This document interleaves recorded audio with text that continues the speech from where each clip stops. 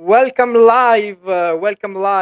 Waiting for Ale Bai from San Siro. This is the post-match show for Inter Bayern Munich 2-2, but it's a very good result for Inter. It's more than a very good result for Inter because this means Inter are through the Champions League, are into the Champions League semi-finals, first time since 2010 when, of course, you remember they eventually won the title and the treble as well with Jose Mourinho. It was uh, any sort of thing happen at San Siro tonight. Bayern took the lead with Harry Kane. They seemed in a good moment. Bayern Munich. The second half was so eventful. There was immediately after a second goal, a Lautaro Martinez equalizer. Then Benjamin Pavard, who was extraordinary, I think, across the two legs, former Bayern Munich defender, and perhaps Bayern Munich will have some regrets for letting this defender go a couple of years ago when he joined Inter.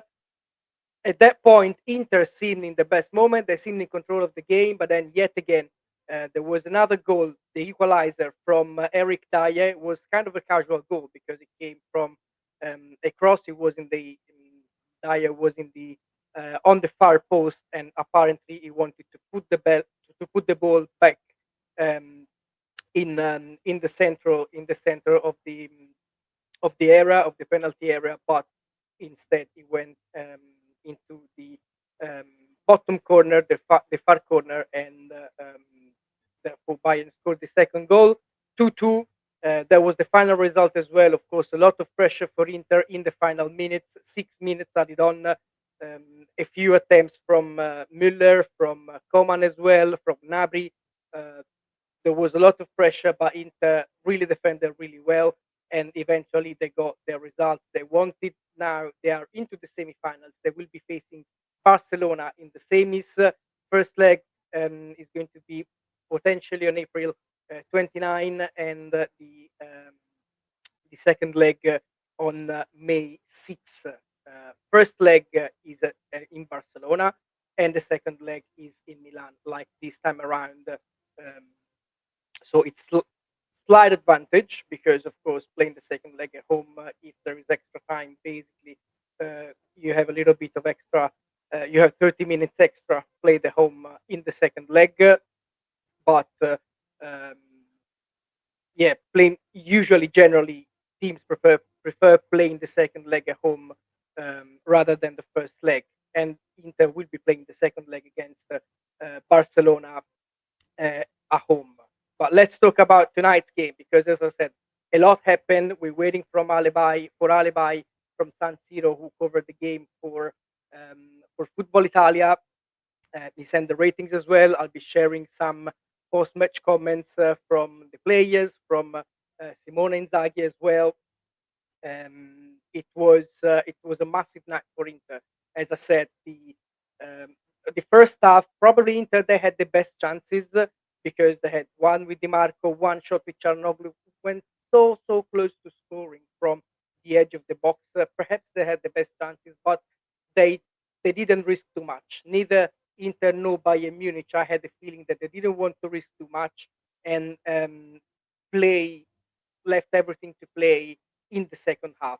And Bayern Munich scored probably not in the best moment because I don't think Bayern Munich were in the best moment when Harry Kane scored. But perhaps Di Marco gave him a little bit too much space inside the box, which is something that you should never do when Harry Kane is around and he has the ball inside your penalty area. But he did so, and all it took was just move the ball and find the net at the far post, which is it was a classic hurricane goal, really.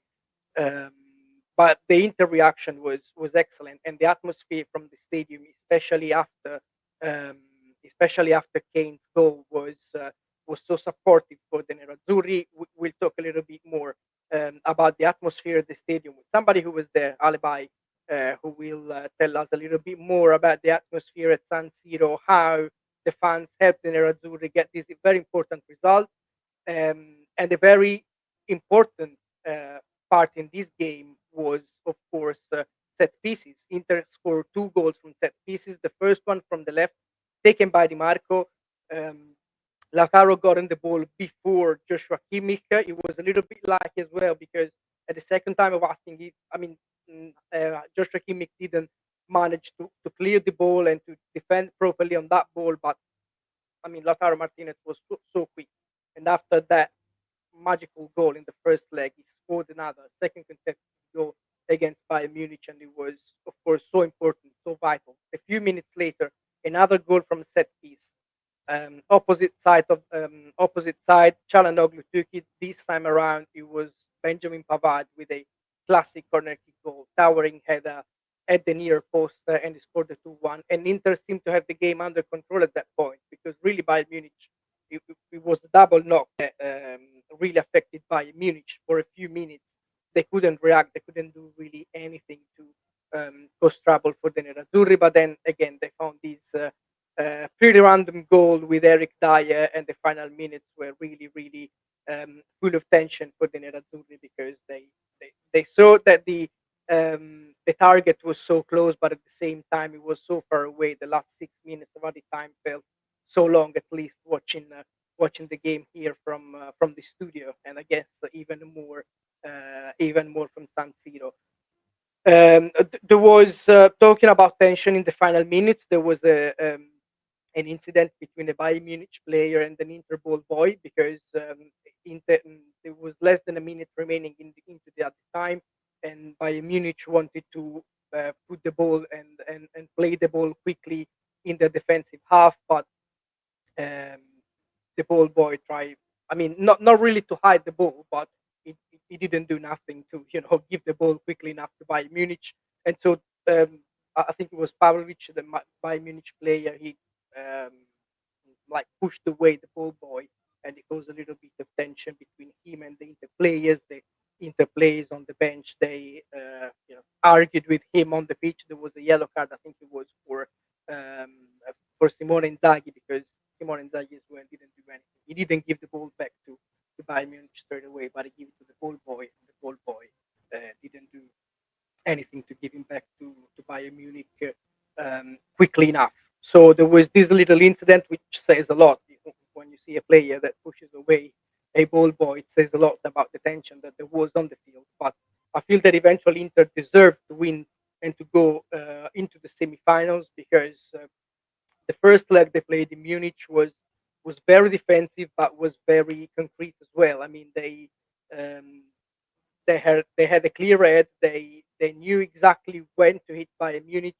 Tonight performances wasn't as defensive as the first leg in Germany, understandably, um, but it was also very clinical. I think the Nerazzurri got the right thing, did the right thing at the right moment. The second Dyer goal, I still tend to think that it was pretty lucky because he didn't mean to score. He wanted to give the ball to one of his teammates inside the box. So it was a little bit lucky, um, but in the end, Inter got the game across the two legs. They won the tie, and they will be in the semifinals against Barcelona. I remember the dates.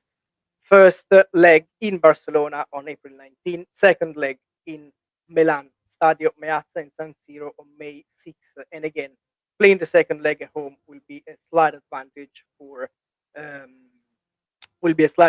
for the Nerazzurri. Ale will be around in a few minutes. He's still sorting out a few things for Football Italia. We'll discuss his player ratings. We'll discuss the game. We'll discuss the atmosphere at San Siro, which, as we could see, was absolutely astonishing and amazing. There were over nearly 80,000 fans. One of the big nights of the season for Inter, perhaps the biggest night of the season so far for the Nerazzurri, but there's still a lot to play for Inter because they're still involved in all competition. They're involved in Coppa Italia. They have a second leg semi-final to be played against city rivals Milan. They're the table leaders in Serie A, so there's a lot to do for Inter, and there's a lot to play for the Nerazzurri, who they won the treble in 2010 under Jose Mourinho. 15 years later, they have another chance. They're fighting again for the treble. We are in mid-April, so pretty much a month and a half left, a month and a half to go before the end of the season, and they're still involved in all competitions. And I think the unity, um, I mean, the defensive solidity they've been proving, especially in Champions League games, makes me think that this team can really go all the way and at least reach the final. Because I think Bayern Munich have a pretty similar playing style compared to Barcelona. So I would expect Barcelona to keep more ball possession against the Nerazzurri. I would expect them to play a lot on the wings. They probably have better wingers. I mean, surely they have better wingers because they'll be facing Inter Lamine Yamal in the Champions League semis. So probably better players in attack for Barcelona, but the playing style will be very similar, and especially uh, they will have um, the same issues, I think, in defense. Barcelona and Bayern Munich are pretty similar in terms of their defensive approach. They're very similar in terms of how um, they want to press high because they're not too strong inside the box. So they will want to, try to get possession as quickly as possible, as high as possible, because they know that if Inter take too much space and and go close to the box, then they could be in trouble. Um, Still waiting for Ale here. I just got a text message. Will be around in 5-10 minutes. So if you have any questions or um, any thought about tonight's game, of course, send your questions in, and I'll discuss now, and then we'll discuss with Ali as well, who will be here in a few minutes. Let me also check if there's any. I want to share with you the Football Italia front page because there are already a few reactions on this huge match for Inter 2-2 against Bayern Munich, but it was eventually a win on aggregate, which means that the Nerazzurri are into the semi-finals. Um, so here we go. First reaction is from Lautaro Martinez. Inter do not give up. We have head and heart. So let's see what Lautaro Martinez said. I guess it was to either Sky Sport or Premium Sport, because those are the guys who have the TV rights for Champions League in Italy. Prime Sport Video. It was certainly an epic match and one we will remember for a long time because Inter have two giant bones, said Lautaro. There is so much hard work and sacrifice in this qualification. We do not give up. We've got both head and heart. It's true. We suffered at moments in the game, but we can aim high. Said something more. Every year we start out believing we can win it all. Otherwise, we wouldn't bother playing this sport. I thank the staff, my teammates, and the fans for our 12 men.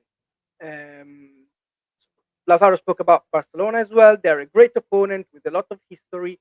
We've got to focus on the next game first. Then it will be time to think about the Champions League. And as I said, there's a lot that Inter have to play for because they're still involved in all the competitions. Their next game, mentioned by Lautaro Martinez, is against Bologna.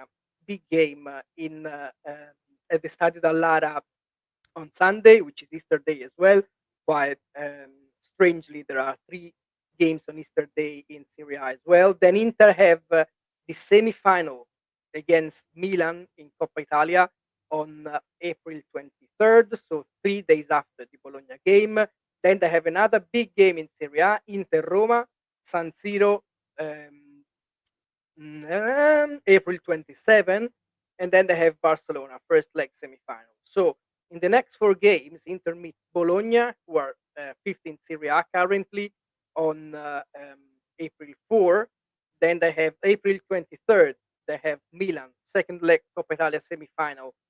Of course, the home it's also a home fixture for the Nerazzurri because the first leg was a home game for Milan. Then April 27, it's Inter Roma at San Siro against Serie A, and then April 29, Barcelona Inter first leg semi-final. Huge fixture list for the Nerazzurri, huge schedule. In April, before the end of April, they will play for all their targets basically. Second leg Coppa Italia semi-final, first leg Champions League semi-final, and two big games in Serie A against Bologna and Roma, who are perhaps the best teams in Serie A, at least two of the most in shape teams in this moment. So it's going to be, I mean, those games will say what we need to know about the Nerazzurri and their ambitions. In the previous video, I spoke about the um, Serie A title race, and I said Napoli were probably favorite for the Serie A title because, mostly because of what we're seeing here now, this fixture list. Um, I mean, Inter, they have the depth and they have the quality and the experience to go through this without losing a game. They can do it because they have the best team in Italy. They have um, the deepest squad in Italy and the team with the most experience as well in Serie A. So they have the quality to get there and win all the games, or at least not lose any of the next four games. At the same time, we know some of their players are not 100% fit. They've been they've had a few issues here and there in some games, which are understandable because they've nearly played 50 games across all competitions already, which is not even natural for players to play all these games and always be able to perform at the very high levels. So probably this fixture list, I mean, surely is very demanding, and perhaps um, Inter are in a situation where they may be one of the favorites to win the Champions League. To be fair, because they are very, again, they're very solid defensively. They're very organized. They have one of the best coaches in Europe, and they have experience and depth. On the other hand, the Serie A title race is slightly different because they will need consistency. There are 6 games remaining, and they will need, if not to win all the games, at least not lose any of them. Because Napoli have an easier path on paper. Then you never know when you play against teams who are fighting for survival. You never know what sort of reaction they may get and what sort of performance they may put in. So you never know what's actually going to happen against newly promoted against teams fighting for survival. But on paper, Napoli have an easier path in the race for the Serie A title. Um, so Inter may be in a tricky situation where they among the favorites to win the Champions League, but maybe they're slightly below Napoli in the race for the Serie A title. I'm saying this not because I think Napoli have have a better team, because I think Inter have the best team in the league in Serie A, but because of all these fixture list of all these big games that Inter will need to face, which again they have the quality, the depth, and the experience to go all through these, and if not win all of them, at least don't get defeated. So they can make it, but it's going to be very very tough. The final games of the season, starting May, would be Inter against Hellas Verona on May 4, then Torino Inter on May 11, Inter Lazio. Um, they still haven't put in what I'm watching the second leg semi-final against Barcelona, which, as I said, is going to be on May 6th. So after, so they have Barcelona Inter on on April 29, Inter Hellas Verona on May 4, and then the following week again there's the second leg semi-final Inter Barcelona um, on May 6th. Then Torino Inter, Inter Lazio, Como Inter, and perhaps in between Coppa Italia final and at the end of the season the Champions League final, but still a long way ahead. Inter will need to beat Barcelona across the two-leg semi-finals. First leg April 29, second leg May 6. It's nearly time to welcome our friend Ale Bai, who's nearly here from San Siro. He's still in the stands. Let's see if we got some more reactions from Football Italia. Cialanoglu spoke to the media as well. Let's see what he said.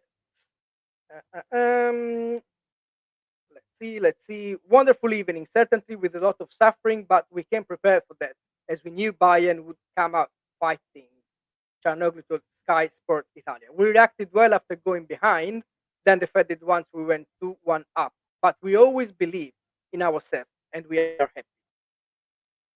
It's not easy to play 90 minutes every 3 days. Our fans help us a great deal. We must always believe because we've got what it takes to hurt any opponent. So this is a warning for Barcelona as well. We thank for this translation. Always the great Susi Campanale working for Football Italia. She does an incredible job with all the translation. If you see all these live reactions, if you see all these things putting up so early after the end of the game, this is all thanks to her. She's doing an incredible job behind the scenes. Another couple of quotes from Çalhanoğlu to Sky Sport Italia. We tried to keep the pressure on Joshua Kimmich to stop him controlling the play, but Müller was always chasing me around and I had to help out the Cherby. So there was a little bit of tactical explanation as well about the Inter win. Müller always makes dangerous moves, so we had to keep an eye on that situation. That was all from Hakan Çalhanoğlu to Sky Sport Italia. I previously read an interview to Lautaro Martinez. Still no sign of Simone Inzaghi, but I'm pretty sure that he's been talking right now. So the quotes will be out pretty soon on Football Italia. Again, these strategic quotes that you see here are from the pre-match. I'm back from the studio now, and yeah, I mean it's going to be thrilling to see what Inter can do because it's it's one of the most exciting seasons for Inter in at least in the last decade. They've been doing really so much.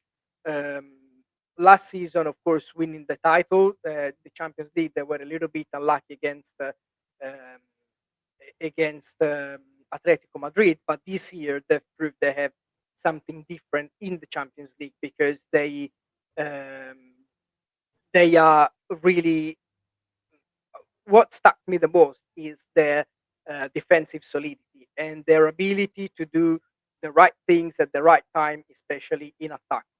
Um, we saw in the first leg against Bayern Munich that they're able to hit at the right moment, at the right time, and I expect at least in the first leg something very similar to what we saw against Bayern Munich. I'm talking about the semi-final against Barcelona. So something very similar.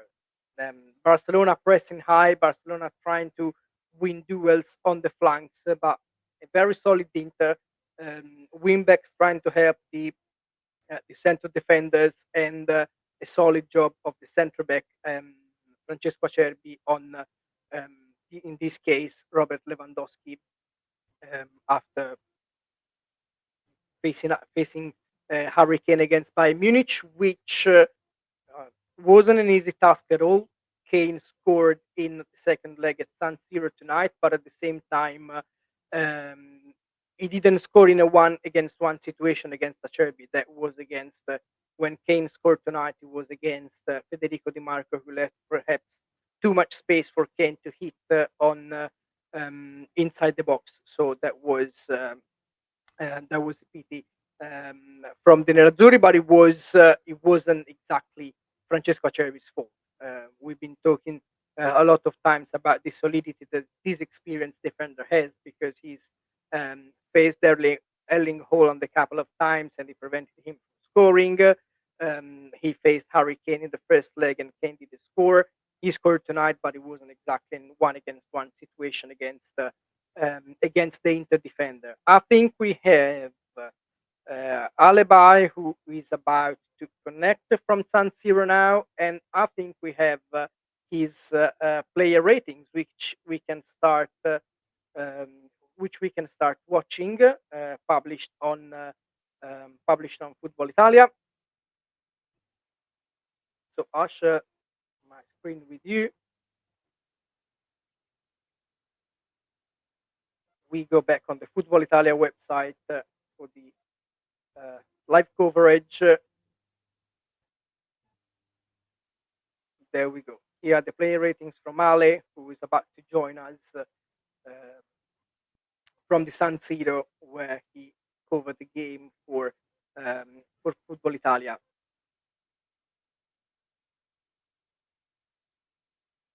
So his ratings are Sommer 6.5, Pavard 7.5, Acerbi 7, Bastoni 7, Darmian 6, Barella 6.5, Çalhanoğlu 6, Mkhitaryan 5.5, Di Marco 6.5, Lautaro 7.5, Thuram 5.5. Best Inter players, Lautaro Martinez and Pavard. They scored the goals for the Nerazzurri. Another massive goal in a massive moment for the Nerazzurri captain. Beyond that, another all-around display to support his team in every phase of the game. When he isn't making his presence felt in the final third, his extended hold-up play proves crucial in relieving Bayern pressure and keeping their defenders constantly occupied. At the end of the pitch, Pavard responds to the visitors' attacking waves without ever losing focus, making several key clearances and picking the perfect moment to score his first goal of the season against his former club, no less. Lowest rating is for Marcus Thuram.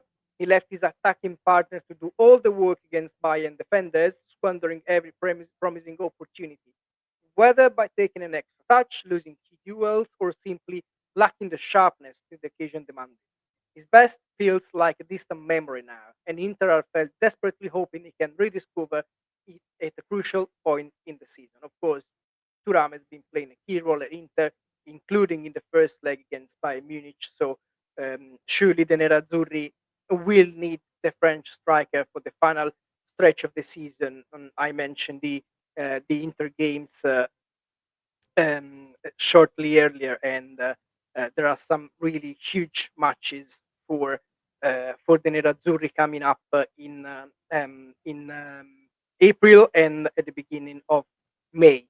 Let's see the comment on Simone Inzaghi. Worrying first half, sees his side struggle to use possession and manipulate Bayern's pressure.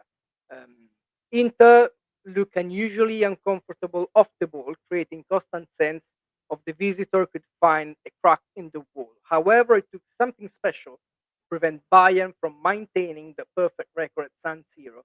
The men's character his men showed after falling behind, relying on one of their most lethal weapons, set pieces, on a night when other solutions didn't work as they usually do.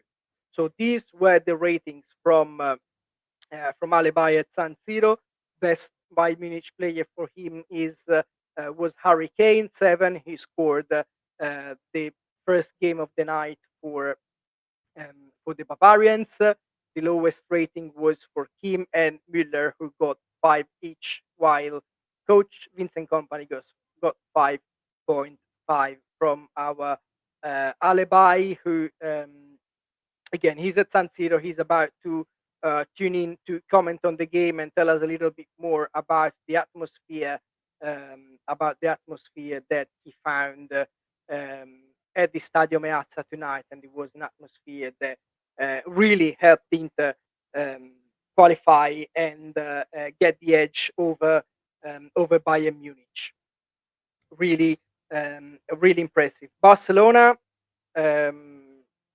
It will be the opponent in the semi-final, while the other semi-final will be between PSG and Arsenal. Arsenal even won 2-1 against Real Madrid tonight, so the aggregate score was 5-1 for the Gunners against Carlo Ancelotti's Real Madrid, and having Real Madrid out is another good sign, I think, for the Nerazzurri, because I would never want to meet Real Madrid on a Champions League night. We've seen in the past what they can do, their aura, their quality.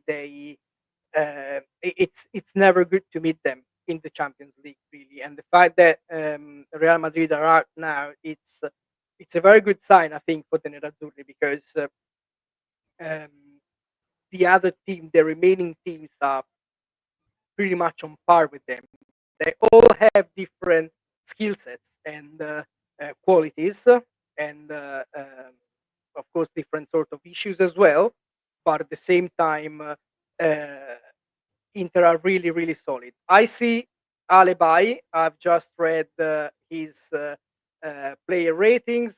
We've read the post-match comments from Aken Çalhanoğlu and Lautaro Martinez. We're waiting for Simone Inzaghi as well. But welcome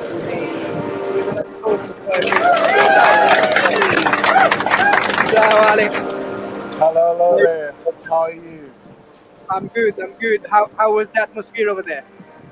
Well, that was really a special night here at San Siro.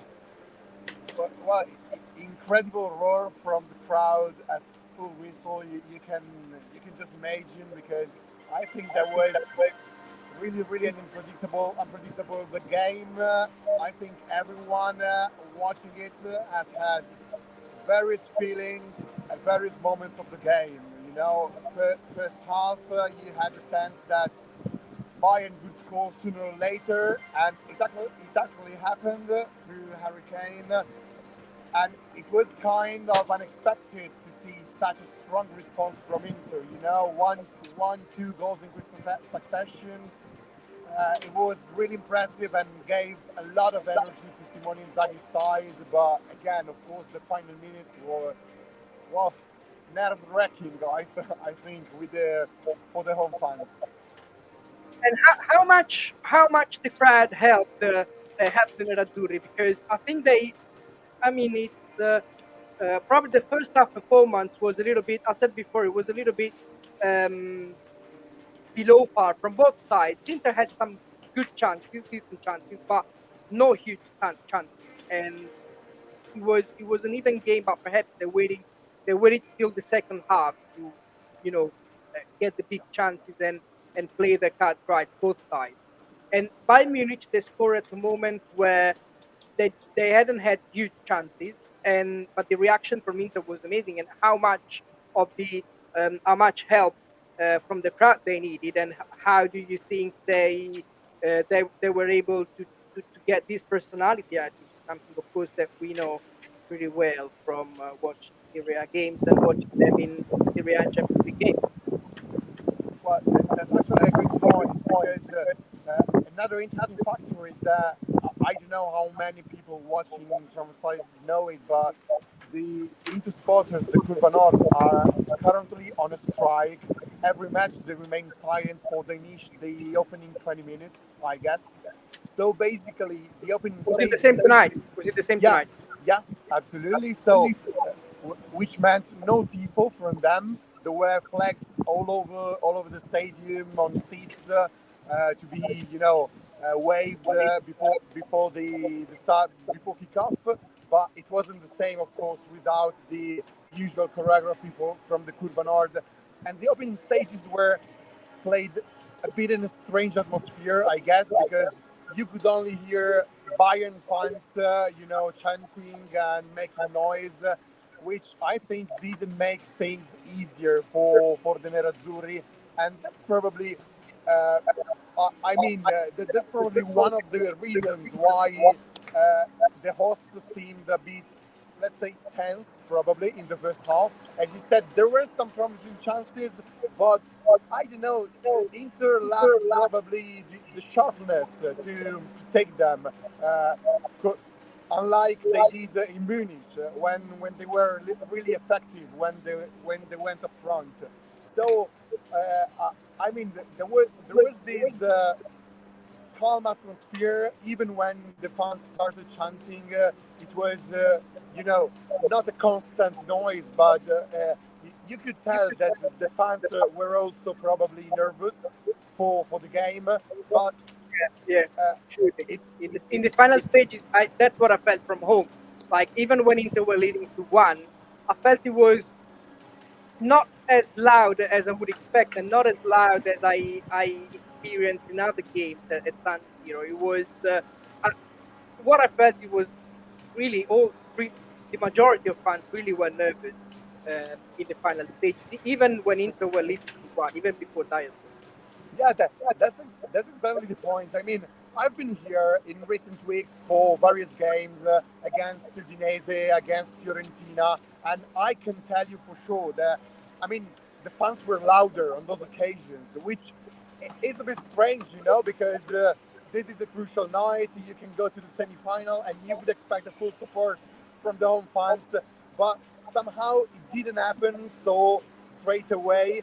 Uh, it seems a paradox, but when Inter seemed on the verge of collapsing after Hurricane's goal, I don't know, the equalizer was just like a wake up call, and all the stadium reacted. And there were those, I think, 10, 15 minutes during which Inter were pushing, and the feeling was they were going close to a third almost, and but after that, I mean, it was inevitable to get a suffering in the final minutes, I guess.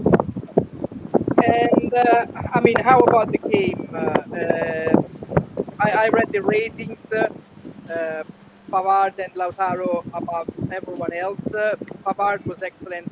Both Pavard and Lautaro were excellent, even in the first leg. I think probably Bayern will have some regret seeing Pavard in what sort of shape he's been at Inter, not just this season, but in the previous campaign as well. He's been really excellent, one of the best defenders in the league, and he's really underrated. But Yeah, I mean, Lautaro, it seems impossible, but it just keeps improving, isn't it? yeah, of course. I mean, that was another outstanding display tonight because, as I wrote in the ratings, I mean, it was not just about scoring in such an important moment, but especially, I mean, just like he showed in Munich, uh, the way he comes deeper to receive the ball and the hold up play, he attracts defenders on himself. I mean, he empties also Bayern's defense to be attacked from the sides tonight from Di Marco. Darmian probably was not as effective as Dumfries would have been because it was really an important absence for Inter. But all of this was generated by Lautaro's work. Uh, he was engaging in duels constantly. He was, I think, a nightmare for him. And I don't know. I'm really impressed by the maturity this player is showing at such an important stage. I'm always underlining that I think that somehow his career switched after the World Cup win with Argentina. I remember attending Inter games back then, and he came back and he looked a different player. I mean, in terms of confidence, of awareness of, I mean, what he can deliver. And once again, that was one of those nights because he also has to compensate for Marcus Thuram's poor display. I mean, it's. I'm not happy to say this, but Yeah, Thuram, it's a shame to say it, but everyone can have a bad night. It's a shame to say it, but it was clearly uh, below but Lautaro's level, 100% tonight. yeah, yeah, totally, totally. I mean, I think that probably for his skills, Thuram even had very good opportunities. He was 1-on-1 against defenders, but every time he took an extra touch, he didn't shoot on target when he could have done. And I think that Inter really missed his part tonight because if he would have been more effective, I think that Inter could have scored, I don't know, probably at least 3 goals. I'd say because we know how Thuram can be decisive because he has shown it in Serie A, mainly during the first months of the season, and I think it's important for Inter to have him back at the best form. And as for Pavard, I would say that he's not probably the most eye-catching defender because he doesn't do such evident things like maybe as Acerbi even in individual duels, but he's always clean on the ball, and there was a sense that his goal was coming at a very important moment for Inter, and I mean I think he picked the perfect moment for that. 100%, 100%. And another defender we love is Italians, but I think everyone do love around Europe is Alessandro Bastoni. I mean, the intervention that he made in the first half, like 1-on-1 in Bayern Munich striker against Sommer, and the way he went on the ball without even touching his opponent inside the box. In that decisive moment, it was something really, really impressive. I mean, the season Bastoni is having is absolutely amazing. And for Italy national team, it's a different thing. It's a little bit of a shame having him and Calafiori playing in the same role. But just talking about Inter, I think yeah, Bastoni as well is having everything. incredible season. Italian media are talking about him as probably one of the best, probably the best defenders in Europe. I don't know if he's already the best defender in Europe, but surely he's he's a huge part of this side. He's probably the best, even better than Calafiori at this stage. I would say there's no other player who does what he does for Inter. He's a magnificent central defender, but he's a left back as well. He does everything. Yeah, totally, Laura. I agree, and I mean, probably the difference is that Bastoni has been delivering for a longer time than Calafiori now, so we can assess him, on a longer period, which of course makes the difference. And what is interesting is that there has been a lot of talk about Bastoni in recent days because Gazzetta told in the podcast that, I mean, there were a couple of journalists arguing about the fact that he was one of the best European defender, and one of them argued that he actually was good at, game creation, but it was not, as high level as some old-fashioned defenders that Italy used to have, which I think may also be a point. But as you said, these nights are the best test for defenders like him, and tonight he responded in an excellent way. That intervention that you pointed out in the first half, I think that everyone was impressed and was wondering how could he not, provoke a penalty, and because that really seemed impossible. I think it was Olise probably in front of the Yeah, goal. yeah, Yeah, but probably Olise could have been a bit more, quicker to take a shot. But at the same time, the challenge, Bastoni's challenge was so clean, excellent, right timing. I think he's really showing that he can be an elite defender even when his team defends deep in the box. Because, as you said, over the two legs, he had a really, really hard task in limiting Olise on that side because, I mean, he is an excellent player, creating dangers all the time. But I think that Bastoni, of course, with the help of Carlos Augusto and also Di Marco today, well, he did an excellent job. One final question, Ali, on the coach Simone Inzaghi. How did you see? I mean, practically moving across the sidelines. There's been a lot of good people about him moving across the sidelines, being very, very busy with talking to the players on the pitch, on the bench, and everywhere. And his substitutions, the way he read the game, what Uh, yeah, I mean, his behavior on the touchline was, as lively and nervous as always. you Probably want to, you can talk.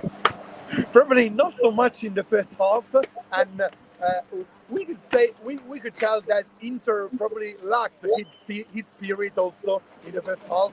As we said, that the display was a bit under par, but in the second half, as all the team lighted up, he was the same on the touchline. There were a lot of questions raised in the final minutes over his substitutions because I think it was really, really, really risky for the criticism he has faced in recent months to take off, Lautaro and Bastoni in the final minutes because Bayern could have taken the game to extra time and Inter would have been forced to play, 30 more minutes without those players. So I mean, everyone was wondering whether he was already thinking to the Bologna game, which I mean would have been crazy, because probably people sometimes accuse him of, doing a lot of maths, calculating how many minutes a players can play, can be on the pitch, because he can risk injuries, and of course this was not the ideal stage to do it because I mean when you have the qualification to the semi-final within reach, you cannot make a calculation to be fair. But I think that in the first half, probably Inter were not as brilliant as other times on the ball because even in the first leg, they were very good at moving the ball around and manipulating Bayern's pressure, which did not happen a lot today. But it paid off in the end. His game plan paid off, and I mean, I think it deserves credit for the great character that the team has been showing during this European campaign. Yeah, 100%. I mean, you don't come back with two goals like that if you don't have self, don't have a strong mentality on the pitch and off the field. And of course, this is something that the credit goes to Simone Inzaghi as well for what he's been doing and for the mental work, for the work that he's been doing on the field, but also in on the mental aspect. Ale, no words to say. Thank you very much for taking the time for joining me for this huge night for Inter, for commenting the game right after the game from the press box at San Siro. For sure, we'll be speaking very soon, not just for for the work of Football Italia, with more analysis here. So thank you very much again, and we speak soon. Thank you. It was a real pleasure, and see you, Laura, and see you guys again soon. Hopefully, maybe in the return leg against Barcelona. Let's see if we can tell more of this inter exciting season. Probably just one game left at home in Europe this season. Let's play that. Thank you very Yeah. much, Ale. Thank you. Bye. Bye. Bye. So, guys, that was all. We got Ale Bai from the spot covering the game for Football Italia. We got all the live reactions. Before I go, I just want to share with you the post-match comments from Simone Inzaghi um, because I think we got them on Football Italia already. We still were on the player ratings. There we go. Simone Inzaghi talking to, I guess, Sky Sport Italia. There we go. Yeah, exactly. Sky Sport Italia. It was a wonderful evening. The fans helped us so much against a very strong opponent. Bayern played two great games, but were up against the side that wanted qualifications at all costs with two wonderful performances. We did very well, helped each other out, and sacrificed ourselves for the team, which is the only way to beat a side like Bayern Munich. More from Inzaghi. Pretty fun picture here as well from Ian on the sidelines tonight. We also keep cool heads because we conceded somewhat against the run of play with Mkhitaryan down hurt. We stayed in the game, stayed clear headed, turned it around, and conceded 2-2 in the last 15-20 minutes. Bayern put forward with Nabi and Coman on the bench. Again, we kept our heads throughout. So these are the quotes from Simone Inzaghi. We analyzed the match with interviews from Aken Çalhanoğlu, Lautaro Martinez, the player ratings from Ale Bai, who was at San Siro and analyzed the game here with me. And it's nearly an hour of live stream, and I think we're pretty much done for tonight. But there will be more occasions like this for other Serie A games, for other Champions League matches, because Inter are into the semifinals. They'll be playing Barcelona, and I remember you the dates again. The first leg will be played in Barcelona on April 29. The second leg is on May 6th at San Siro, in between the second leg Coppa Italia semi-final between Inter and Milan, and big games for the Nerazzurri, including those against Bologna and Roma. There is a lot to play for the Nerazzurri, for the other Serie A teams as well. I'll be analyzing and commenting everything with you over the next few days. Thanks for following me. And if you like this content and if you want to see more content about Serie A live from Italy, live from stadiums, and live from the spot, follow my page. There will be more occasions to chat and discuss and analyze games, transfer rumors, and all the news all together. So stay tuned, stay in touch, follow the page, and we speak very soon.